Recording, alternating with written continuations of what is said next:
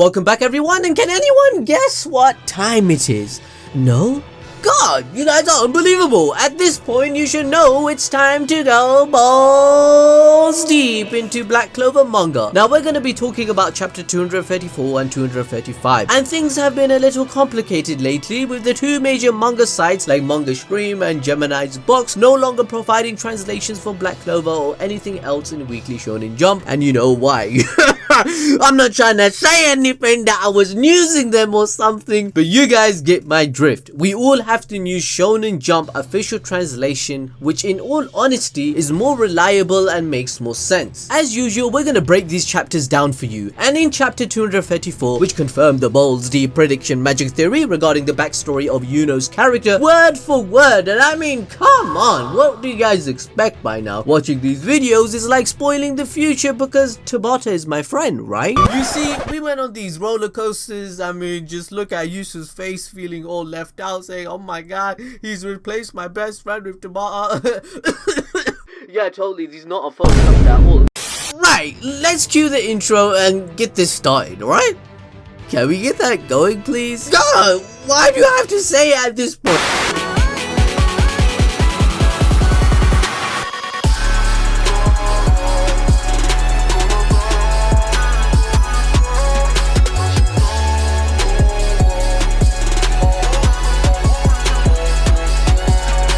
So first off, I do not want to sound arrogant or mighty, but I honestly don't know how we did this. But we predicted 110% what Yuno's backstory was gonna be, and the whole explanation on how they got to Hage village. We were word for word, my dudes. Like, how? How does this even happen? Tabata, were you stealing my predictions again? I got my eye on you, mate.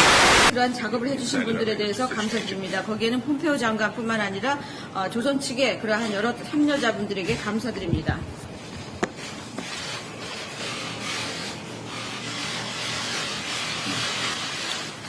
Thank you very much. It's fantastic. Thank you very much.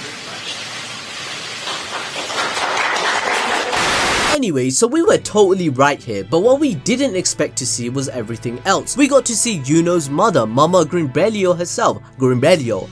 How do you even say this word? Grimbelio. This sounds weird as hell. Anyway, but we got to see his family, and we also got to learn what led to Asta and Yuno having to leave the Spade Kingdom. Oh yeah, this also kinda alludes to the idea of Asta being from the Spade Kingdom as well, which would also be an appropriate theory, to be honest, especially with our other theory in the previous videos where we explained that Asta's family could be part of the royal guard and live to serve the Grimbelio family. Otherwise, why would they send a mannerless boy with him? Why was Asta already there with the same clothes, with the same name? We know who named Yuno, but how did Asta get there? Was it the anti-magic demon? I'll tell you a theory in a second. Now, we know for a fact that a royal guard family that protected the Grimbelio family does exist, as Ralph has stated that it was part of his job and his family. Also, one thing I like to point out is that Ralph has light hair, whilst almost everyone else from the Spade Kingdom has had dark hair. We haven't seen any colored pictures of him yet, but if his hair is the same as Asta's as well as the green eye color, and they end up being the same, we can only assume that they're going to be related. This seems to be the case, and there is no reason to debunk this theory just yet, unless Tabata wants to keep this a mystery for Asta's character and not explore Asta in that manner where he gives away his backstory in this arc. But to be honest with you, there is another clue that Asta was involved in the escape, as we see in chapter 234 page 10. He says, "Dad,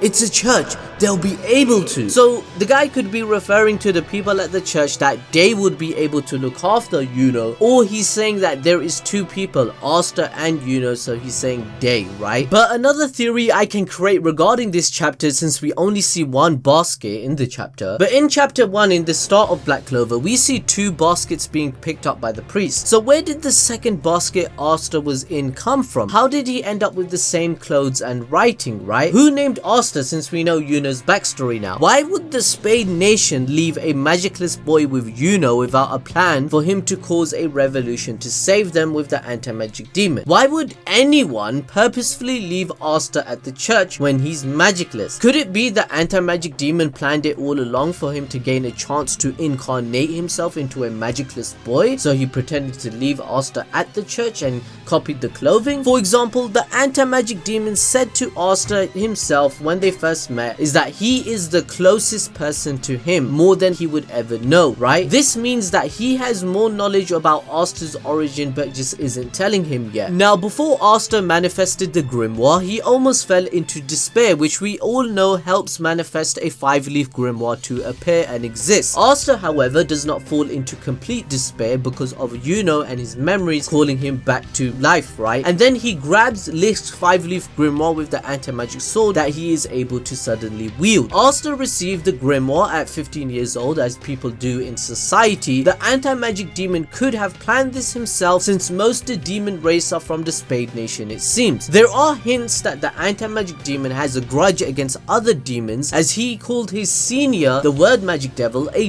loser before he died, and he didn't even know who he was, in which he said it didn't matter. The anti-magic demon is not known within his own society from the demon race. He is an outcast of that race, similar to how Asta is in society, since he has no mana. So consequently, the swords that Asta has received also are called Demon Destroyer swords, or named after killing demons. Adding this all together, the anti-magic demon has a grudge against devils, the Spade Nation are linked with demons, and last of all, Licht also must have received these swords as a heritage at least 1500 years ago, when all races, including dwarves, lived in harmony to banish devils to their world. Maybe dwarves created these swords as a pact in a war against the devils. It all links up together to create Asta's possible origin story. We know for a fact that even 500 years ago, the races did not live in harmony, and they did not know what devils were in the Clover Kingdom, because the first Wizard King said that he had to read a book to gain the knowledge on what the word magic devil is. And now in the Heart Kingdom, the water spirit says for 1,000 years that she hasn't have this knowledge too. So it must be around 1500 years ago when dwarves and all the races lived in harmony. This is just my speculation. Now, what if the anti-magic demon or someone else put Asta in place with Yuno for the very purpose of receiving Licht's 5-leaf grimoire that would manifest at 15 years old so that he can destroy the demons of the world? I mean, what are the chances of this happening where Asta has met 2 demons already? We can't be too sure, since Nero insinuates the idea that the anti-magic demon must have only got sealed into the 5-leaf grimoire initially when she was asleep when she transformed into Nero, because afterwards she was monitoring the book at all times. Now, I have made many countless theories on Black Clover on this channel, which we discuss on a weekly basis, so please do join the community and help me out by smashing that like button and hitting the notification bell to make sure you don't miss out on our videos. I'd really appreciate you guys, and I love you guys for that. After that whole blast from the past, literally, Yuno received notice that the Golden Dawn headquarters were under attack by the Dark Triad. Then when we pan to the enemy, we hear Zeno say, "We're here for the Arcane Mage. Everyone else you can kill." Now, we only know of 2 Arcane Mages as of now, and that's Sekri and Asta. Now, there is a chance they're after Sekri, but the odds are slim, and the chances are that they're after Asta because he has a demon and he's caused some major ruckus with the banishment from the Clover Kingdom. So of course everyone knows about him now, as he became a wanted man for a while with the posters. If Asta really is from the Spade Kingdom and they somehow manage to capture him, this might be how he learns about his past. I think this would be really cool. It would be a total tonal shift on how Yuno discovered his origin, and I love to see Asta's reaction by now. But back to the chapters, when we pan to the Golden Dawn headquarters, the Dark Triad has already made their way in, and the Magic Knights there immediately attack them with everything they've got from all angles. Like, brrr, I'm gonna do all these explosions, all these sound effects, or you know what I'm saying. Mission failed.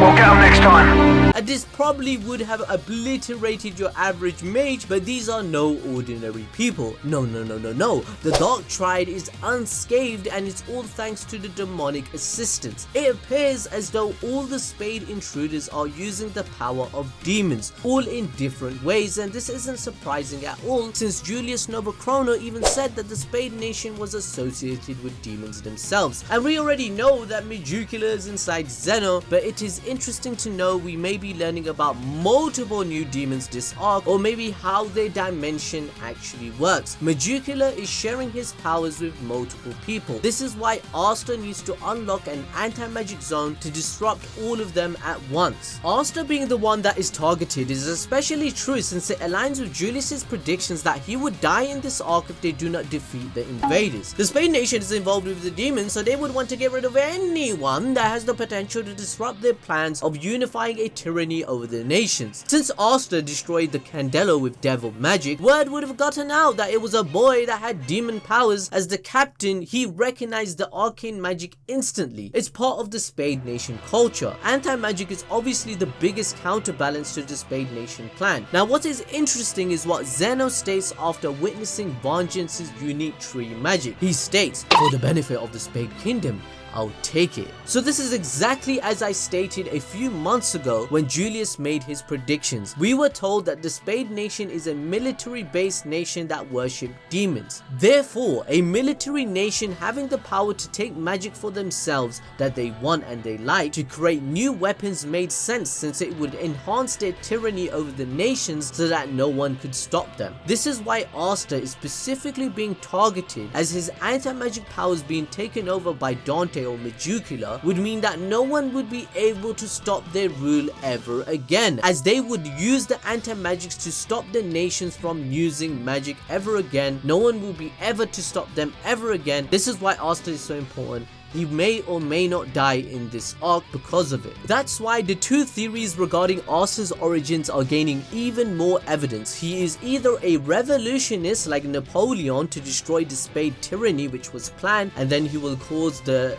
peasants that were like him to have a rejoice and be happy again, just like the French Revolution which Tabata is inspired from, or he was manipulated by the anti-magic demon himself. Now moving on, the invaders reveal the name of their group, which is sort of a side thing from the Dark Triad, and they call themselves the Dark Disciples. They're all 0 level mages, which on its own is a big deal even without the demons they're using. They can't even defeat Gargia from the Heart Kingdom, so imagine them facing these dudes, they would die instantly. Suddenly, a Golden Dawn mage attacks from behind a rock magic user, just like the one of the Spade Intruders, but due to the demon's power, he's too strong for anyone in the headquarters, and he overpowers anyone who gets in his way. He then proceeds to explain that the Spade Sergeants, which I believe is the guy that Asta faced and destroyed, they can only release 5% of their demon power, but he can release 40% himself, so it's feasible to say that Asta would have a much tougher time with this guy than the Spade General. Asta made a captain that releases 5% of their devil power look like a joke using his black divider, but imagine facing someone that is a disciple and is 8 times more powerful. That would mean Yuno would have to go 100% to face this dude, since he's so naturally talented, and Tabata will use this fight to showcase Yuno's new abilities in the time skip. They also mention Zeno, who's possessed by the demon Magicula, and he can use up to 80% of Magicula's power. We then see Zeno confront William Vengeance, who is still the captain of the Golden Dawn despite his actions during the Elf arc, and he seems to be entirely on the side of the Clover Kingdom now. Suddenly Sandley jumps in to protect the captain, and it's worth pointing out here that his loyalty to Vengeance seems to be remained, and it appears he still admires him despite his act of treason. Despite this, Vengeance knows Sandler is no match for this man and warns him to back away and let him handle this. However, Sandler is a kind of an idiot, you know what I'm saying, and he thinks he can just whip out a spell and take out the enemy just like that. A Spade General? Sure, take a seat before you take an L, my guy. But my guy, before you die,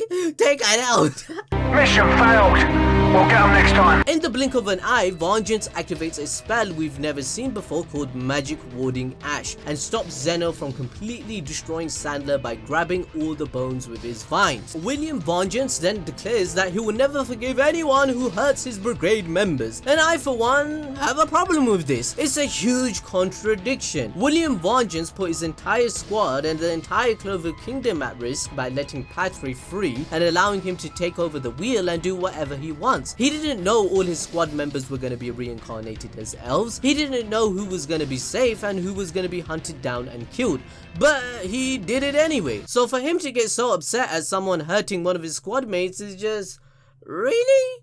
make no sense. And I get Tabata is trying to redeem his character, but it feels like damage control for the sake of damage control. He's trying to keep William around as an active character, but he's made practically the entire fan base hate him for what he did. He made Julius die and become a kid again. Imagine if he didn't have that rune. He can't expect anyone to just be okay with him all of a sudden because he wasn't punished. I don't know, man. Let me know what you guys think in the comment section below. I think this was out of nowhere. It was a bit abrupt. This is how I feel about it right now. My opinion may change in the future. But the chapter ends with Yuno activating his full form to face the new douche that we all hate. And you're probably thinking about the thumbnail. Why my guy look like a demon? Alright, listen guys. He looked like a demon because that's how Yuno would look like if he had a demon powers like Asta. Alright, you guys, I had to get the views. You know what I'm saying? And the ad rates are absolutely trash in January, guys. Anyway, guys, I hope you enjoyed the video. I'm glad I'm back. I don't know if I'll be back all the time because there's a lot of shit happening in my life right now. But make sure to smash that like button. Follow me on Twitter or Instagram. And I'll see you guys next time.